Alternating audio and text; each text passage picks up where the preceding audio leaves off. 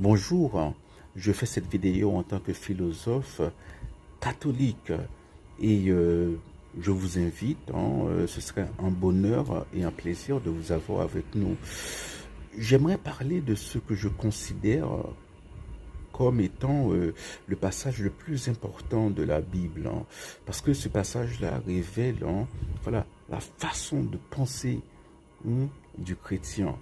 C'est un passage tiré de la première épître, de la première lettre de Paul aux Corinthiens. Les Corinthiens, c'était c'était une église de la Grèce à l'époque.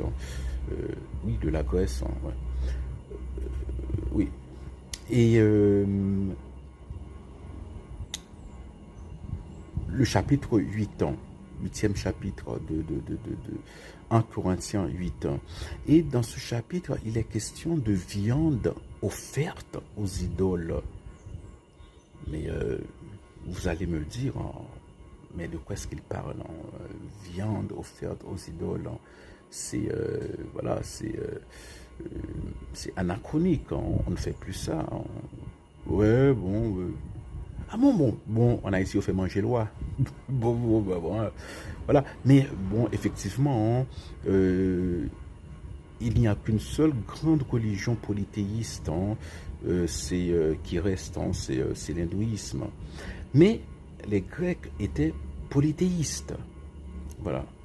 Et les Grecs qu'on appelle les païens, voilà, le paganisme, voilà, c'était polythéiste. Et on avait l'habitude d'offrir de la viande aux dieux pendant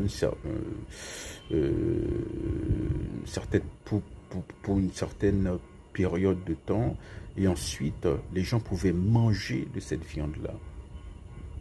Voilà. Et puisque beaucoup de Grecs, de païens,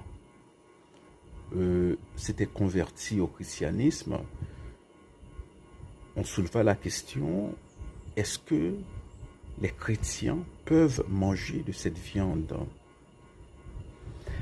Et Paul dit, moi, j'ai aucun problème, volontiers, puisque je sais qu'il n'y a qu'un seul Dieu, que les dieux polythéistes n'existent pas, je peux manger volontiers de cette viande. Mais si cela gêne mon frère qui vient d'être converti du paganisme, eh bien, pour son salut, je n'en mangerai pas.